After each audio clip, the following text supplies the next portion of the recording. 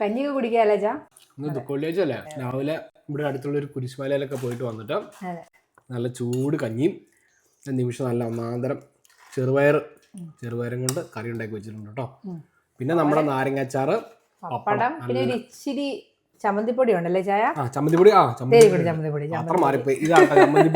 ചമ്മന്തിപ്പൊടി ബാക്ക് വെച്ച് എടുത്ത് വെച്ചേക്കോ കേട്ടോ. ചമ്മന്തിപ്പൊടി ഉണ്ട്. കഞ്ഞി കുടിക്കുവാണോ? മിറേനെ കഞ്ഞി കുടിക്കാൻ പഠിപ്പിക്കാണ് കേട്ടോ. ഇത് കഴിക്കേണ്ട എങ്ങനെയാണെന്നറിയാമോ? നമ്മുടെ പയർ ഇങ്ങനെ നമ്മുടെ ഈ കഞ്ഞിക്കകത്തേക്ക് ഇടണം.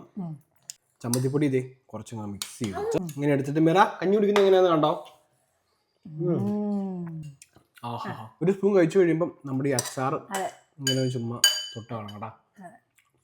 സാധാരണ കൈ കൊണ്ടാണ് കഴിക്കുന്നത്. ഞാൻ ഇന്നൊരു ആർഭാടത്തിന് നമ്മൾ വേറെ ഒന്നും കഴിക്കാതെ ഈ കഞ്ഞി കുടിക്കുമ്പോൾ ഒരു പ്രത്യേക സുഖമാണ്. കോളേജ് കഞ്ഞിക്ക് ഒരു പ്രത്യേക ടേസ്റ്റ് അല്ലേ ചായ? വേറെ ഒന്നും ഇല്ലാതെ നമ്മൾ മല കയറി ക്ഷീണിച്ച് വന്ന് കഞ്ഞി കുടിക്കുമ്പോൾ, കാരണം നമ്മൾ രാവിലെ ഒന്നും കഴിച്ചിട്ടില്ല. നമ്മുടെ ഇവിടെയൊക്കെ ആണെങ്കിലും രാവിലെ പള്ളി പോകും നമ്മൾ. അത് കഴിഞ്ഞ് വരുമ്പോൾ നമ്മൾ 2 മണി 2:30 അത് കഴിയുമ്പോൾ നമുക്ക് ഈ കഞ്ഞി അങ്ങോട്ട് തരുമ്പോൾ ഒരു പ്രത്യേക സുഖമാണ് കേട്ടോ. പള്ളി കിട്ടും കേട്ടോ, നല്ല സൂപ്പർ കഞ്ഞി. ഏതായാലും എല്ലാവർക്കും ദുഃഖവെള്ളിയാഴ്ചയുടെ നന്മകൾ നേരുന്നു കേട്ടോ. ഓക്കെ, ശരി.